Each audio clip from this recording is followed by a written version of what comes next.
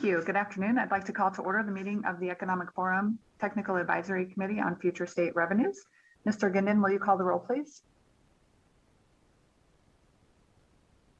Thank you, Madam Chair. For the record, Russell Ginden, Principal Deputy Fiscal Analysis with the Fiscal Analysis Division. I will call roll here under agenda item 1. Andrew Klinger. Here. Vice Chair Sarah Kaufman. Here. Jeff Hardcastle. Here. David Schmidt. Here. Wayne Thorley. Here. Mary Walker. Here. Chair Susan Brown. Here. Madam Chair, all members are present.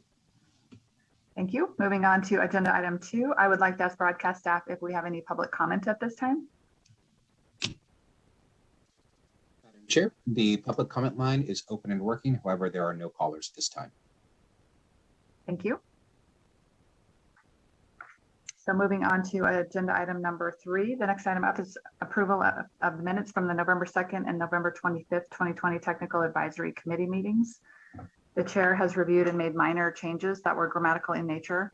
The members should have received a revised set of draft minutes earlier today. Did everyone receive those? Yes. Yes. Are there any comments on the minutes or any additional changes? No. Okay, I would take a motion to approve the revised minutes. I'll move. Second. Do we have a motion and a second? Mr. Ginden, will you take a vote? Madam Chair, and just for the record's clear that the motion is to approve the minutes from both the November 2nd, 2020 meeting and the November 25th, 2020 meeting of the Technical Advisory Committee to the Economic Forum, otherwise known as the TAC. And with that, Madam Chair, I will call the roll. Mr. Klinger. Yes. Vice Chair Kaufman. Yes. Mr. Hardcastle. Yes. Mr. Schmidt. Yes. Mr. Thorley. Yes. Ms. Walker. Yes. Chair Brown. Yes. Madam Chair, let the record show that the minutes were approved unanimously. Thank you. Okay, moving on to item 4, review and approval of revenue forecasts for selected general fund sources, including taxes, licenses, fees, fines, and other revenue. The members should have the information in front of them regarding the preliminary forecast from each of the forecasters for minor revenues that the body is responsible for. I'm going to begin with Mr. Ginden. Thank you, Madam Chair. Again, for the record, Russell Ginden with the Fiscal Analysis Division is staff to the Technical Advisory Committee. What you should have is 4 sets of documents that have been made available to the members of the TAC, as well as they're available on the Budget Division's website for the Technical Advisory Committee. So the one document that you have it has the green and orange tabs or columns. That is the year-to-date collections for the revenue sources through March. I should comment that it can get a little tricky when we're trying to display the year-to-date collections. So for some of the revenue sources that are done by the Department of Taxation, it would actually only display the actual collections through January. They'll probably most likely be releasing the February collections this week. And then for the Gaming Control Board's numbers, those are the numbers through March. Although yesterday they did release the numbers for April's collections in Texas. And then for mostly all the smaller revenue sources, especially the ones that this committee will be handling, they would be reflecting the collections through March as obtained either from the agency or extracted from the controller system. So I just wanted to provide that as context for that document. When it says through March, you do see the footnote B that attempts to explain the issues when displaying year-to-date collections, giving the different timing of when the taxes are due and the agency is actually posting them. So then you should have 4 other tables, and I will end up sharing the one document here, but you have one that is labeled Table 3, General Fund Revenue Forecast, Agency Fiscal Budget. And then you have the table that says Table 3-Difference. So table 3, these are the revised estimates that were prepared by the agency responsible for collecting the revenue sources that you see listed here with numbers that the Technical Advisory Committee is responsible as requested by the Economic Forum to prepare forecasts for. And the Fiscal Analysis Division and the Budget Division. So these are the forecasts that were prepared for this meeting. Back in March, we made a request, as we normally do, to all the executive branch agencies collecting these revenue sources to please provide us a revised forecast if necessary in relation to the forecast that they would have provided us back in October, November for the December 3rd, 2020 meeting of the Economic Forum. So that's what table 3 displays, is the current forecast. Table 3 difference then is showing you the difference between each forecaster in terms of the forecast shown in table 3 less the forecast that was done and presented to this body back in November. So that's what table 3 is the difference basically between the April 2021 forecast and the November 2020 forecast. So then you have the table that's labeled Technical Advisory Committee - General Fund Revenue Forecast - May 4th, 2021. That is the consensus forecast from the forecasts that are displayed in table 3 that staff from the Budget Division and the Fiscal Division went through and are bringing forward for this body's consideration this afternoon. And then similarly, you have the table that is the difference for the Technical Advisory Committee. And so that is showing you the difference between the forecast that's in the table that I just referenced here, which we can consider the April 21st forecast, compared to the forecast that was approved by this body in November 2020 and brought forward and approved by the Economic Forum at their December 3rd, 2020 meeting. So with that, Madam Chair, that's the tables that staff to the Technical Advisory Committee have prepared. And if it's okay with you, then I can just proceed with going through what staff thought would be information for the body's consideration with regards to the forecast. And so what I will attempt to do here is share. Hold on.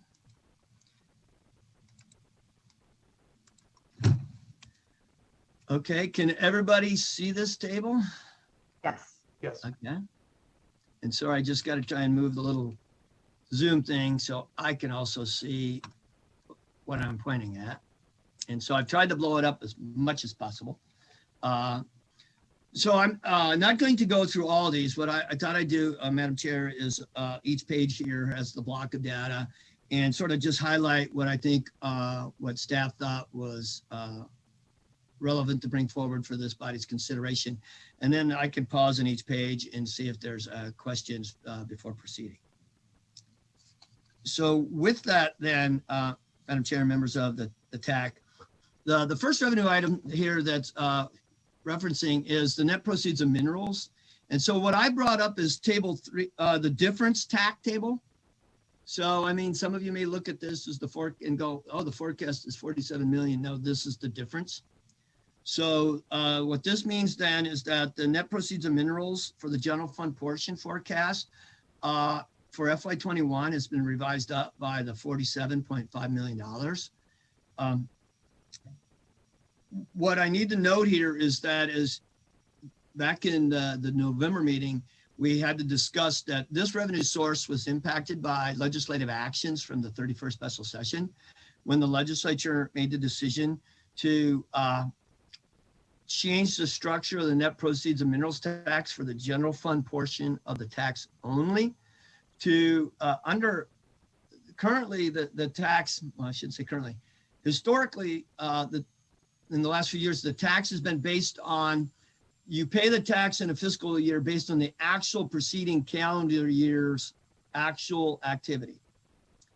So to generate an additional net proceeds of minerals payment for the general fund portion only in FY21, the legislature made the decision to require the mining operators to make an estimate of what they will do for their net proceeds for calendar year 21, and then make the payment of tax in FY21 based on that estimate for calendar 21. So the result of that means that you get 2 net proceeds of minerals payments for the general fund portion only in FY21. You get the payment in FY21 based on the actual calendar year 2020 net proceeds. And then you get the estimated payment in FY21 based on the mining operator's estimates for calendar year 2020. So thus the estimate back in December was approximately 130.2 million. And if you look at, if you have the ability to lay out also the TAC table, you'll see the current forecast is approximately 177.7 million. And thus that's the difference of the 47.5 million. And the upward revision is due to both the forecasts that were done and approved by presented to this body and approved in November.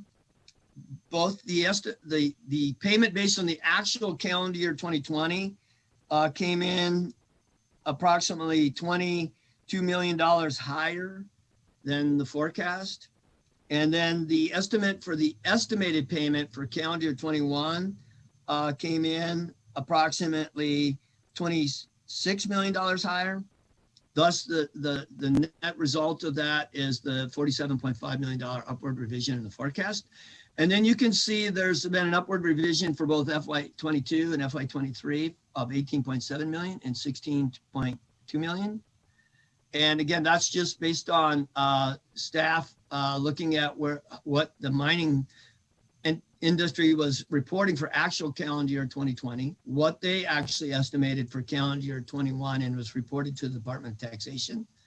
And then staff from both from taxation, budget, and fiscal doing their own forecast. And so what you see there for FY21, that is the amount that taxation will be billing the industry for based on their reporting for calendar year 2020 and their estimates for calendar year 21, approximately the 177.7 million. And then the 76 million and the 71 million that you see there for 22 and FY23, that is the average of the taxation, budget, and fiscal forecast for those two fiscal years. So that's the net proceeds of minerals tax. And so maybe I should just pause there to see if there's any questions on that revenue source, Madam Chair. I do have one. Go ahead, Ms. Walker. Thank you, Madam Chair. So Russell, in the past, and if you look at, prior to the pandemic, 18, 19, fiscal year 18, fiscal year 19, we were at 63 million and 50 million. So why is this at 76 million and 71 million, which is about 20 million more than 10 to 20 million more than what we have seen historically before the pandemic? Well, Ms. Walker, that's a good question. And remember you asked as I attempt to answer it here. So, so just what it may help to just quickly go at a high level. So, right, the net proceeds of minerals tax is just that, it's a net tax.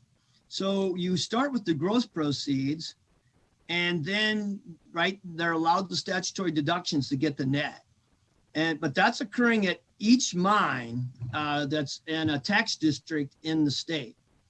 So then after they get their net, the good thing is all the gold mines are pretty much at the statutory or the constitutional maximum 5% rate. So at least you don't have to worry about trying to walk them to the graduated tax rate schedule in the law to see what the rate is. So because gold is the entity driving the collections here, especially for the general fund portion. So then what happens for the general fund portion of the net proceeds of minerals tax is based on the tax district, the property tax rate in the tax district in which the mine is located. So to give you an example, if you have a mine in the tax district that has a combined property tax rate closer to 2%, then the general fund gets a 3% rate, right? The difference between the 5% rate and the 2% rate. But if you're in a tax district that has a 3%, say, tax rate, then the general fund only gets a 2% rate, the 5% less than 2%. So with that as the context, Ms. Walker, then what, if you go back and look at the data, you'll see that for some of those prior years, the net to gross ratio was lower. That is, their deductions in relation to their gross was higher. And then what the tax districts that the mines were in were tended to be in tax districts that had a lower general fund effective rate. So then what we've seen in these last couple fiscal years, and look at, because we have the data to be able to look at it by mine, what we're seeing with the high price of gold in this pandemic, right, that their costs are changing, but their gross is higher in relation to their deductions. Thus, there's more net that's occurring, and that increased net is occurring in tax districts where the general fund rate is higher than it had been in some of those fiscal years that you're referencing. So that is the reason why we're seeing the significant increase, is that, right, gold tends to be, as a precious metal, tends to have that counter-cyclical price movement in a recessionary environment. So that helps push the gross up, and then that pushes the net up, and then that's occurring, the net is increasing in those tax districts where we get a higher general fund rate.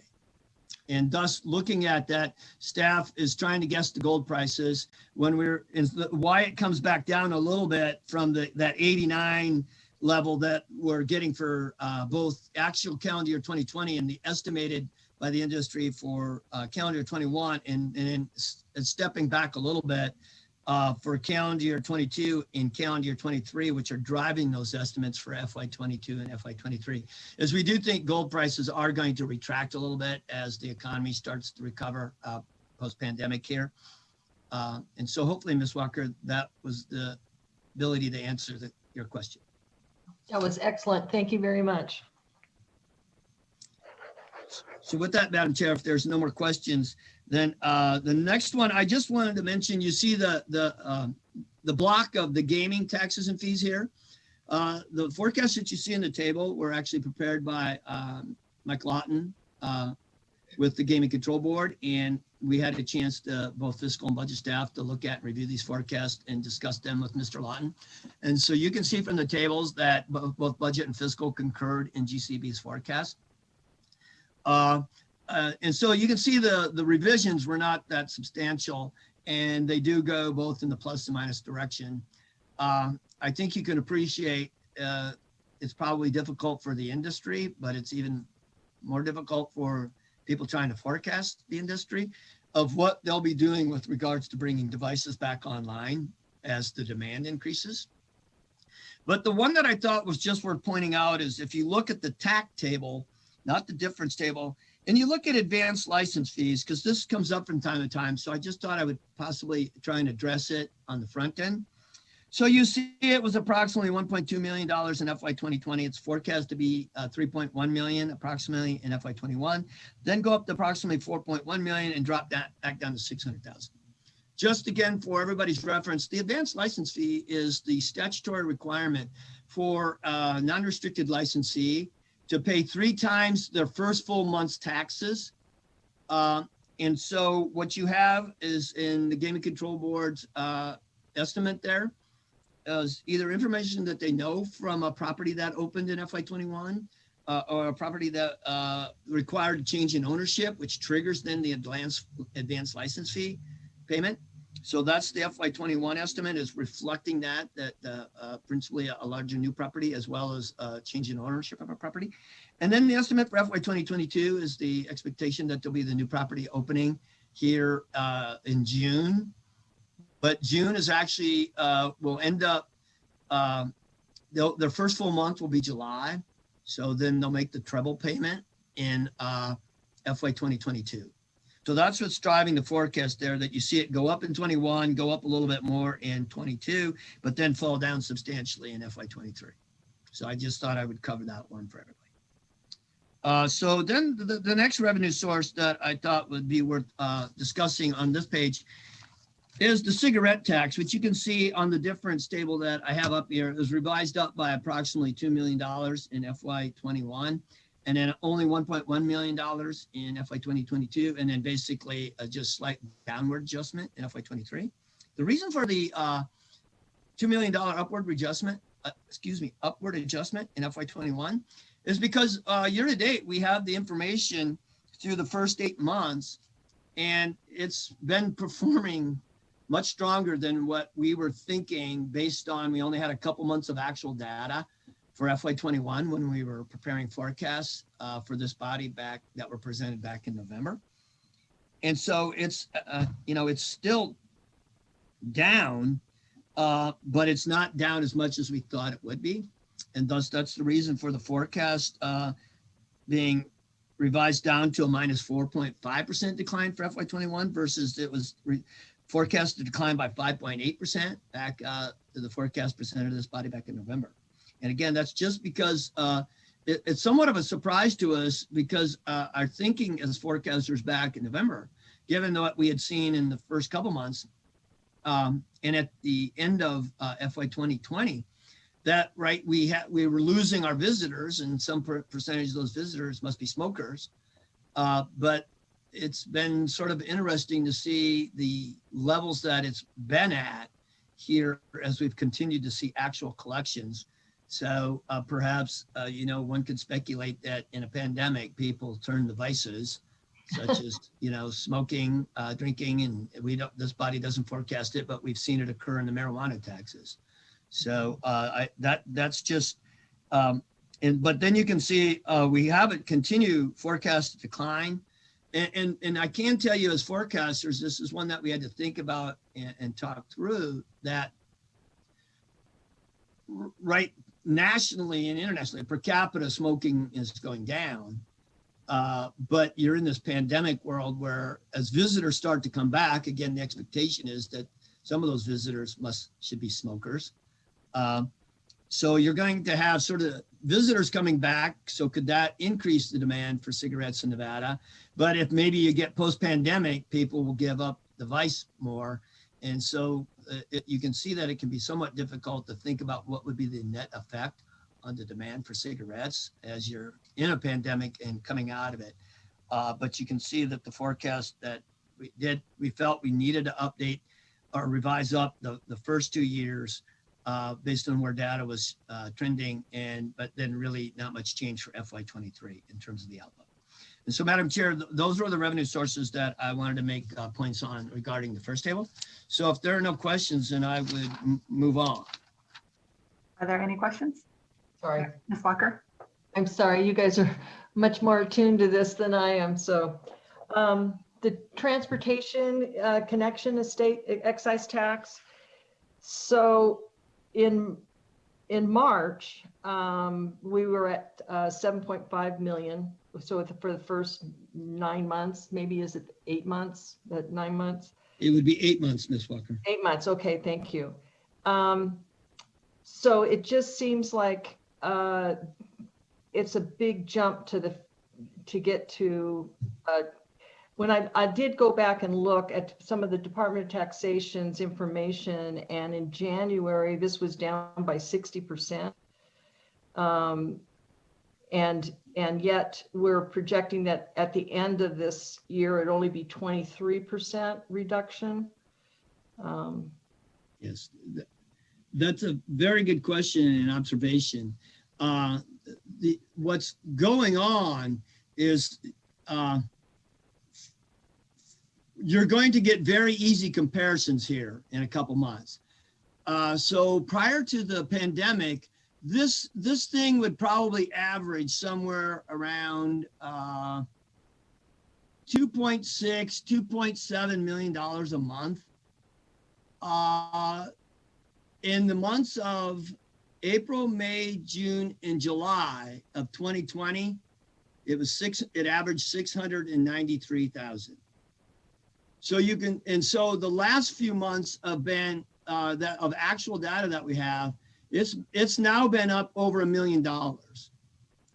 And so we're expecting, when we see the March numbers to be pretty phenomenal, because you may have all heard rumors about March, and you saw the Gaming Control Board do the numbers yesterday for March's business activity, April's collections. So thus, I understand you're looking at where we are year to date and then looking at where we think we're going to end. But we have to remember that, we've got 4 more months worth to collect.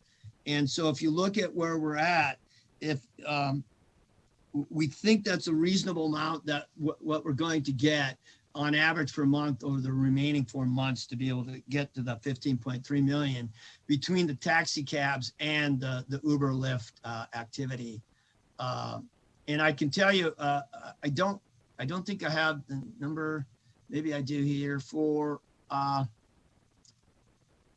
So for March, the taxi cab revenue, because I get that off the taxi cab authority. The taxi cab revenue was actually up almost 45% in March 21 compared to March 2020. And that's not one of the lower months a year ago. So I hope that helps. I agree with you. Looking at the data goes, wow, that seems like there's a lot to make up in 4 months. But we think, given what we've seen the last few months, and then what we think is going to happen for March, and then thinking with things continuing to be able to open up, that it's not unreasonable for to hit the number that we have on the sheets as the consensus forecast. Okay, that sounds great. Thank you. Okay. Any other questions? Okay, so Madam Chair, then I'd ask you to turn to the 3rd page here, and sorry, I'm trying to get there.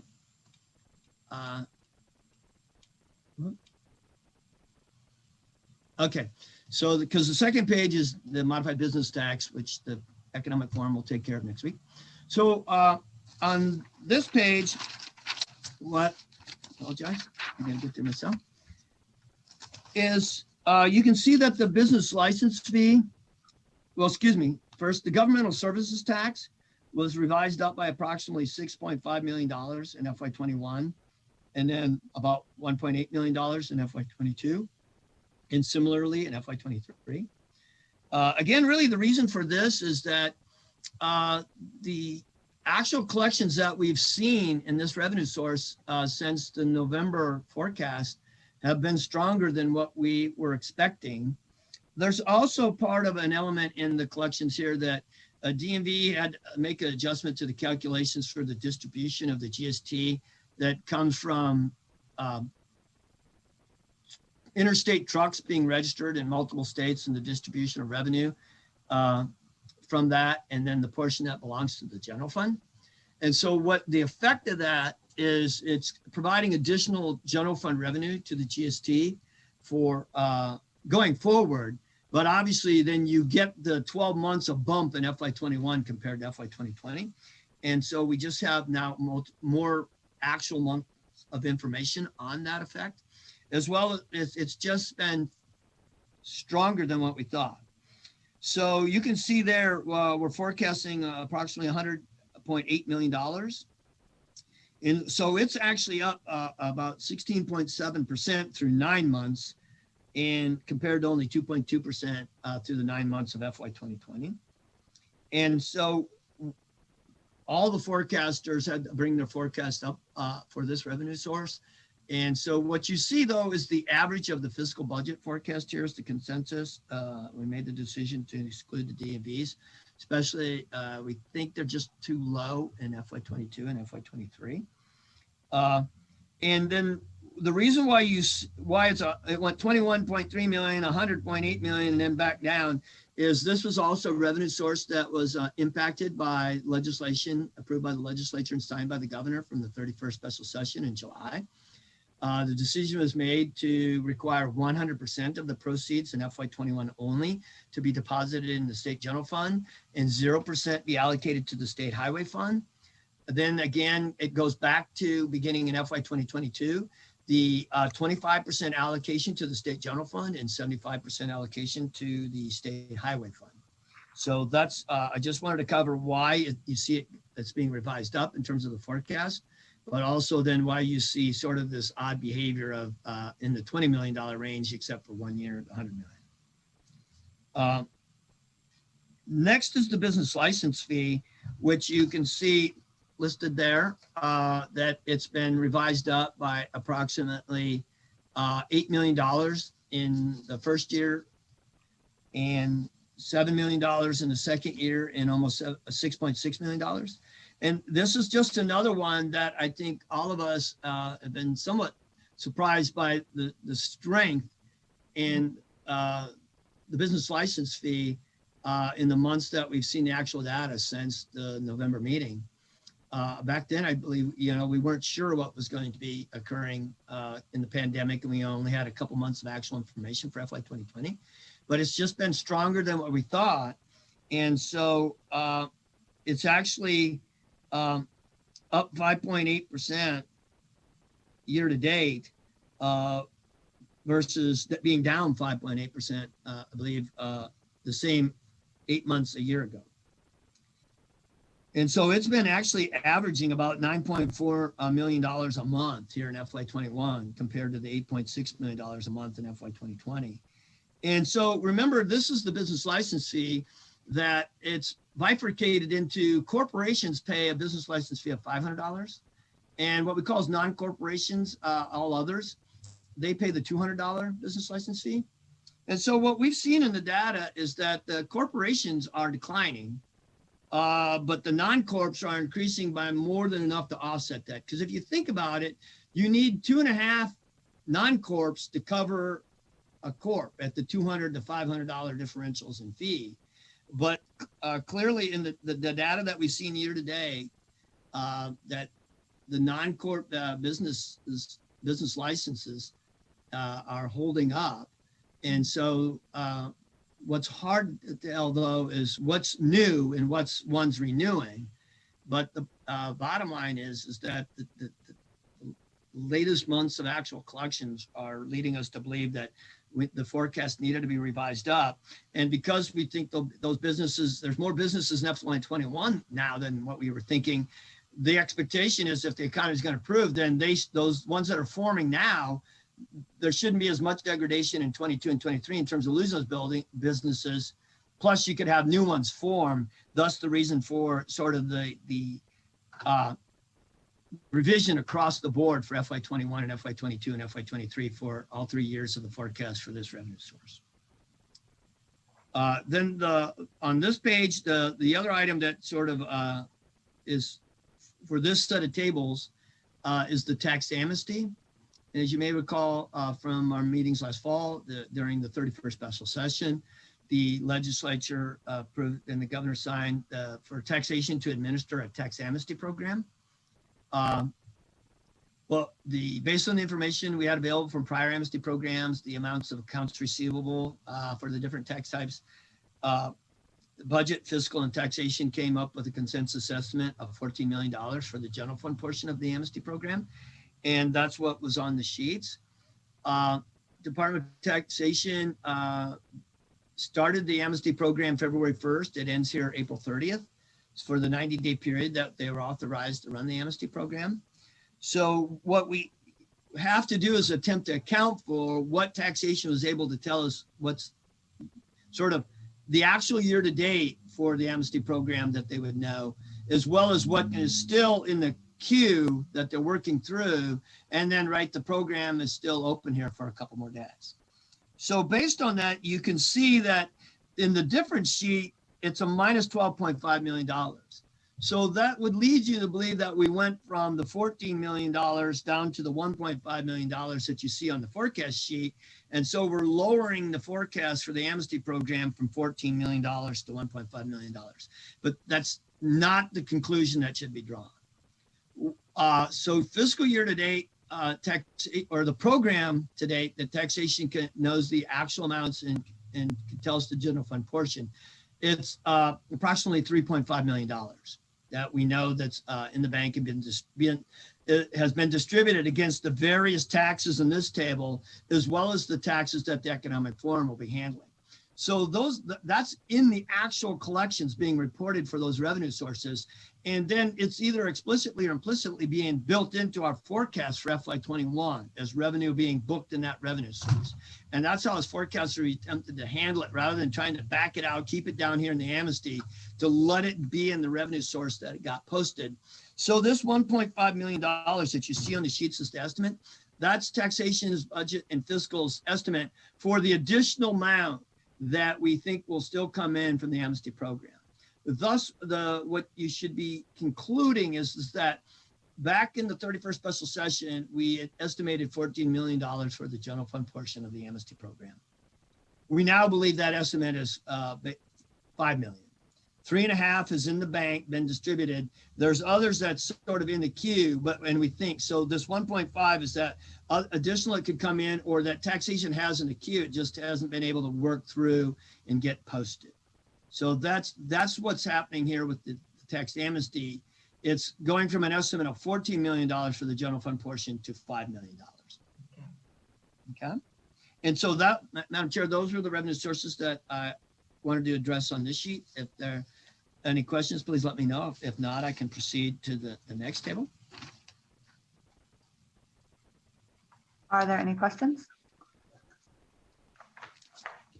Okay. Not seeing any. So then flipping to the next set of tables, which is titled the licenses block and then the fees and fines block on that page. Here, I just thought the insurance licenses, you can see that it's been revised up by approximately $1.7 million in FY21, $2.4 million in FY22, and $3.5 million in FY23. And this is, again, just looking at year to date, it's been stronger than what we had thought.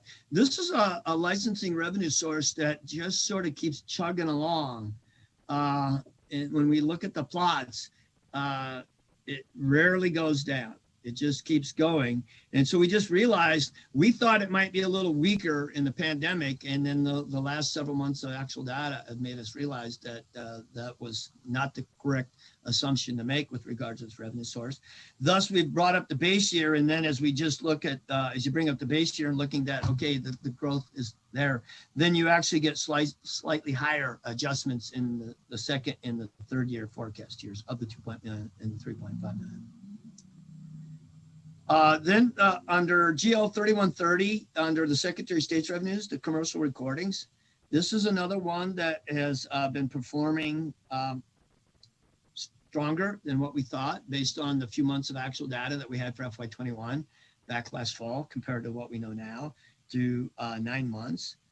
Through 9 months, this revenue source is up 12.2% year to date through 9 months.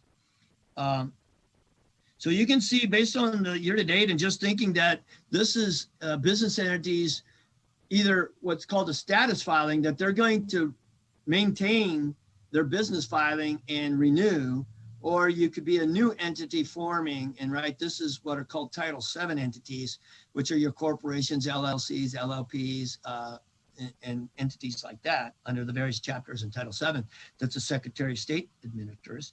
And so I think, I know in fiscal that I think all of us are just surprised to sort of see the strength in this revenue series month after month here in FY21. And thus, just based on the year to date and what we would have to average to hit, it was necessary to bring the forecast up by the approximately $2.7 million. And then because of that, bringing up the base year, felt that it wouldn't go right back down. So then that path adjustment ends up resulting in a slight upward revision in the forecast for both FY22 and FY23. And so, Madam Chair, that was the two revenue sources that I wanted to cover in the licenses section of this page. And so I can proceed to fees and fines and just maybe see if there's questions on this table, this page before proceeding. So then under fees and fines, really, I think the only one there is you look at the differences. Oops, and I actually should move along with you on my screen, and that would help. I apologize. So, so it's the short-term car lease, and you see we're revising the forecast up there by approximately $1.48 million in 21, and then 2.7 and 4 in FY22 and 23 respectively. And again, this is just that based on the information that when we got the second quarter, and then knowing that we think March, again, is probably going to be not a bad month to end the quarter for the third quarter of FY21. And then hoping things will continue to recover, that there's a need for the forecasters revise their forecast up slightly, resulting in the upward revisions that you see here. And because of the path adjustment and the expected recovery, it ends up being the upward adjustment increases as you go to the forecast year from the first year to the second year to the third year. And so with that, Madam Chair, that was the comments that I wanted to make with regards to the three revenue sources on that table, given that most of the other changes you can see are relatively de minimis in magnitude. If there's no questions, then I can proceed to the next page. I do have one. Ms. Walker? Thank you. Thank you, Madam Chairman. So, Russell, this is my constant question each time, and that is I'm trying to get a sense of the economic outlook for the next couple of years that are reflected in these numbers. And so short-term car rental, some of these other ones like the transportation connection excise tax, those and others. Obviously there's a rebound, which is good. But it seems like, so in like, for example, in the short-term car lease, it's the 45 million is equal to what we took in basically in 2020, which is 45. So it seems like for 21, 22, it's more like some moderate increases generally. And then in 2023, that's when we see a much fuller recovery. Is that your sense of the economy over the next few years, or do you have a different? Yeah, in some sense, for fiscal, Madam Chair, once again for the record. So, Ms. Walker, that, yeah, I don't know that our outlooks are that much different than in November, because we were thinking that, right, there would be additional stimulus, that the vaccine would start coming out late the end of the first quarter, early beginning of the second quarter of the calendar year. And that's happening. So at least as forecasters, we're getting close to getting something right. And so then we're thinking that, yeah, with that, and you see the governor's announcing that he's going to let things come back 100% in June. So I think that was the thinking that would start occurring, and it sort of is. So I think that outlook for things isn't much different. What I think when you look at some of these taxes, Ms. Walker, what really gets hard, and I'll tell you as a forecaster, we had to go in and try and look at the data and think about it, that whether it's a quarterly revenue source or a monthly revenue source, and what happened when, in a sense, the supply curves got taken out of the economy in the middle of March. Yeah. So for like, this is a quarterly revenue source. So in a sense, you had 2 and almost 3 full quarters of actual collections in FY 2020. And then you got really dinged that last quarter of FY 2020. And then you were dinged in the first quarter of FY 21. And then, it was come back, and then the governor had to do the pause in November, December, January. And then, so I think, so when you start to let yourself think about it, you're comparing 2 and almost 3 good quarters of FY 2020 to 4 not so great quarters in 21. But by 2022, are those starting to get comparable to FY 2020? And so that's why you start to see FY 2022 starting to get comparable, that they're much different quarters than April, May, June of 2020 and July through March of 2021. So then you're going to start to get close to getting back to that FY 2020 level, or sometimes what as forecasters we look is not only where are you in relation to FY 2020, where are you in relation to FY 2019, the pre-pandemic fiscal year. Right. Yeah. Great. Thank you very much. Thank you. So Madam Chair, then on the next page is just, you can see the treasurer's interest income forecast there, and it's been revised up. Not too much in FY 21, but then by about approximately $3.5 million in $3.5 million in FY 2022, and $7.5 million in FY 23. And this is again, and I should say we do have representatives from the Secretary of State's office, the Control Board, Department of Taxation, and the Treasurer's office here. If there are questions that the members have that we need them to answer. But this was the forecast that you can see that was prepared. It was prepared by the Treasurer's Office, and the Budget and Fiscal concurred in it. And so the Treasurer's Office does their analysis and provides that to us in terms of trying to figure out what they think would be sort of the average investable balance for each year and the interest rate that they could earn by running it through their portfolio from short-term to intermediate to longer-term investments.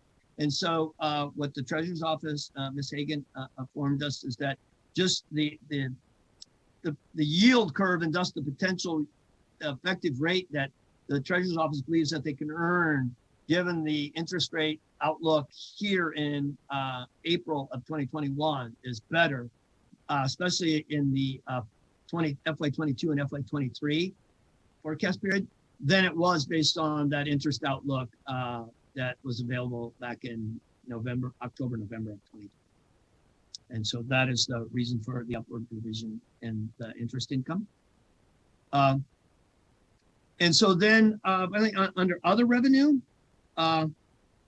you have the unclaimed property piece. And there you can see it's been revised up by approximately $3.4 million in FY21, and then just approximately $483,000 in FY22 and 23. And this is again, just we were able to take account of the information through March, April, in terms of what's the revenues coming in, and then what the Treasurer's Office has actually paid out to individuals making claims for their property. And so it's been a little stronger than what we thought back in October, November when we were doing the forecast, which then necessitates that we think the net between the revenue, the inflows and outflows would be slightly stronger based on what we know here in April. And that's why the reason for the stronger upward revision in FY21. But then the forecasts were not revised very much for FY22 and FY23. So Madam Chair, those were the comments that I wanted to make with regards to the revenue sources here under agenda item 4. And I can answer any questions that the members may have. Do we have any additional questions on agenda item 4? I have one. Russell, on the interest income from the Treasurer's Office, for FY22, it goes up 112%, and then it goes down from that surge, if you will. Is that a function of the investment base, or is it a function of the interest rates? In other words, the dollars that they have for investing are so large that you're getting that boost, or is the interest rate driving more of that surge in FY22? Gosh, I don't, excuse me for the record, Russell Ginnin at the Fiscal Analysis Division. I don't have the treasurer's tables with me in front of me. I don't know if Tara Hagan with the Treasurer's Office might be better able to answer Mr. Hardkessel's question. Ms. Hagan. Good afternoon, Chair, members of the committee. Tara Hagan for the Treasurer's Office, with the Treasurer's Office for the record. Yeah, what we've seen for fiscal year 22, as compared to when we ran this analysis, we use forward rate curves from the U.S. Treasury that we run on a daily basis based on contracts that are being bought and sold in the market. And so the short end of the curve is staying pretty much the same, but we've seen a more normalized curve. So the 3 and 5 year numbers are higher in fiscal year 22. And so that's driving some of that increase.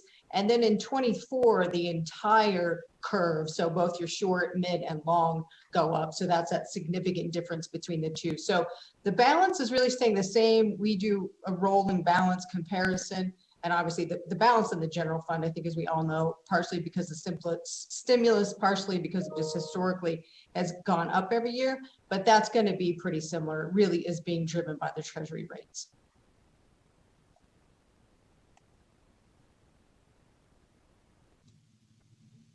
Thank you.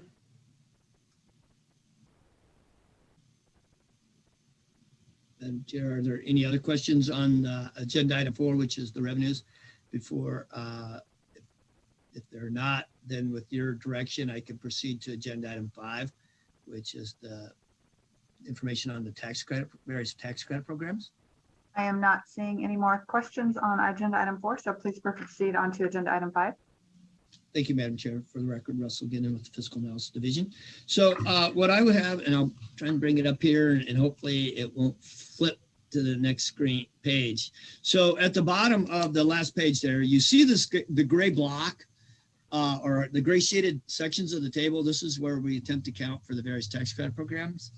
And just worth mentioning quickly that when we're forecasting, we forecast down here at the bottom, especially for the transferable tax credits programs, because we don't know necessarily which revenues that will be taken against.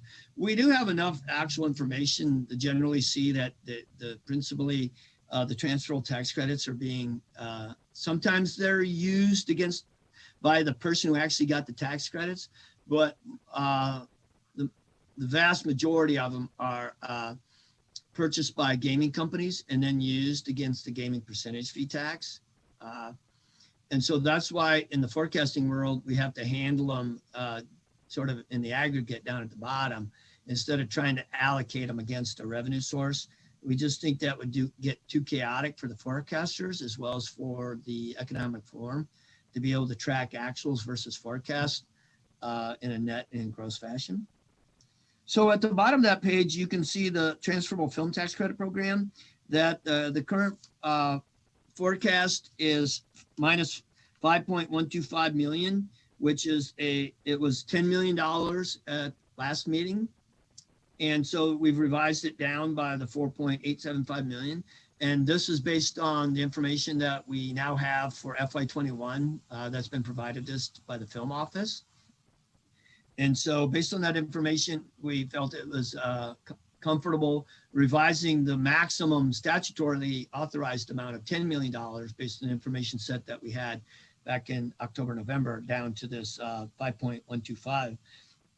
And then based again on the information from the film office and the projects that they have in the queue or projects that will are applying or be going through the audit process to earn their credits, that then $5 million in FY 2022 and $6 million in FY 23. And so then that ends up being, we had $4 million on the sheets for FY 2022. And so thus we're revising that up by 1 million. And so remember that when you look at the different sheets, a plus, as a fiscal revenue guy, a plus is a good thing, and the difference means that we're taking credits off the sheets and adding revenue back. And so then for the economic development transferable tax credits, those were everybody referred to as the Tesla credits. They're done. That's why you see no estimate there and thus no difference. Catalyst account transferable credits, there you see there was a slight adjustment to the amount by $30,000. Again, this is based on information that was provided to us by the Governor's Office of Economic Development, GOED, that administers this statutory program for transferable tax credits. Then you have the Nevada New Markets Jobs Act tax credits. You can see there was no revision.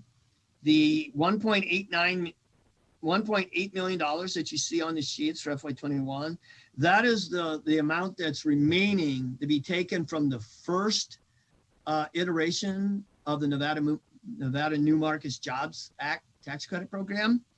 But in the 2019 session, this program was reauthorized for an additional $200 million of investments that can be made by insurance companies and qualified community development entities. And for that 200 million, they can earn up to 58% of that as tax credits against their insurance premium tax. So that's another $116 million in tax credits from this program that will be taken. So the amounts that you see in there for FY22 and 23 are the statutorily maximum amount. In the first 2 years after they make their investment, they're not entitled to any credits. So, and then beginning in the third year, it goes 12%, 12%, 12% to get to 36%, and then 2 years of 11% to get to the 58%. So that's the amounts that we're putting on there. And the good thing about this tax credit program, we have prior experience with the first iteration of this in terms of seeing that, yes, the credits pretty much are being taken at the maximum amounts that they can in a fiscal year. And then what you do is you get to the tail end, and some can spill over because, right, we operate on a fiscal year basis. Right, July to June, the insurance premium tax is on a calendar year, January to December. So because of that, you can get some just anomalous calendar versus fiscal year accounting effects for the tax credits. And in a sense, that's what you see with the $1.8 million in FY21 for the original program. So, and then on the college savings, that basically there's no change based on the information that was provided to us for that program. And then finally, the affordable housing transferable tax credit program, there was no change to that based on the information that in terms of reaching out to the housing division, they stated to us that they did not see any need to change the tax credit forecast of the $3 million for FY 2022 and the statutorily allowed maximum of $10 million for FY 23. And so with that, Madam Chair, was the information that I wanted to provide on the tax credit programs under agenda item 5. If there are any questions, I can attempt to answer those. Thank you. Do we have any questions on the tax credits or any other items on the agenda? Madam Chair, this is Sarah Kaufman. Ms. Kaufman, go ahead. Mr. Ginnon, can we go back to the education choice scholarship tax credits? I'm looking at the differences. Oh, I'm sorry. I'm looking at the wrong differences sheet. Never mind. I was looking at it and it showed 4.745 million, but that's from April to November. So my apologies. No problem. Yeah, it's a lot of numbers. So I was like, oh, you're scaring me. Anybody else? Any other questions? No? So Madam Chair, maybe what I should just, what I can state here is just to try and summarize for both agenda items 4 and 5, if you don't mind, that you can see looking at the sheets here that before the tax credits, that the revision would be upwards by approximately $67.85 million for FY21 for the general fund revenue sources that the TAC is required to forecast here in these tables. And then $42.6 million upward revisions for FY 2022 and $43.6 million approximately for FY23. But then you can see for the tax credits, because of the adjustments there, for FY21, it's an upward revision of 6.8 million. That is, we're lowering the tax credits by that amount. So it becomes adding, in a sense, revenue back to the sheets by lowering them. And that's 6.8 million. Thus, after accounting for the adjustments to the tax credit programs, the consensus forecast presented to you here for FY21 would be an upward revision for FY21 of approximately $74.6 million, as you can see here at the bottom of the sheet. And then the revision to the tax credits for FY22 was approximately adding additional $5.7 million in tax credits for those programs. So thus we end up going from the 42.6 million before tax credits to the approximately $36.8 million after tax credits as the upward adjustment in the general fund revenue for these revenue sources for, again, for FY 2022. And then you can see the approximately $6 million before tax credits. Since there was no change, then that's also the after tax credit amount of the upward adjustment to the forecast for FY23 for the general fund revenue sources and the tax credits that the Technical Advisory Committee is directed to prepare and provide forecasts to the Economic Forum. And with that, Madam Chair, that does finally then conclude the information set that I wanted to provide to the members. Thank you. Do we have any additional questions? Seeing none, I would entertain a motion to accept this forecast for both items in agenda 4 and 5.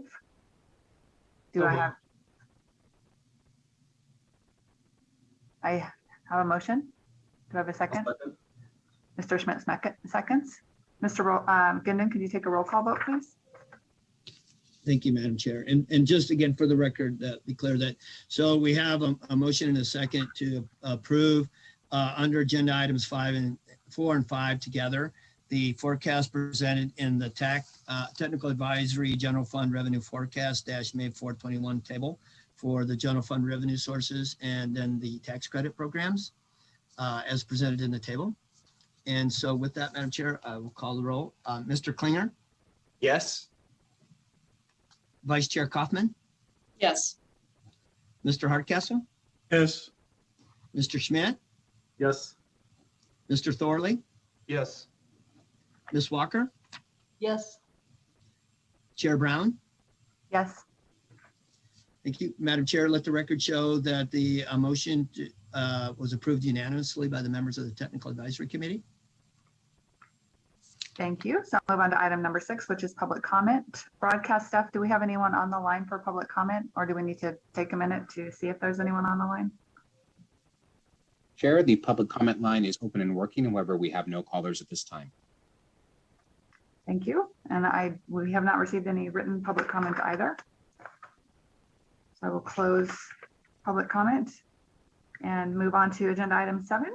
I'd like to thank everybody today. We are at the end of our agenda for the meeting, and with that, this meeting is adjourned.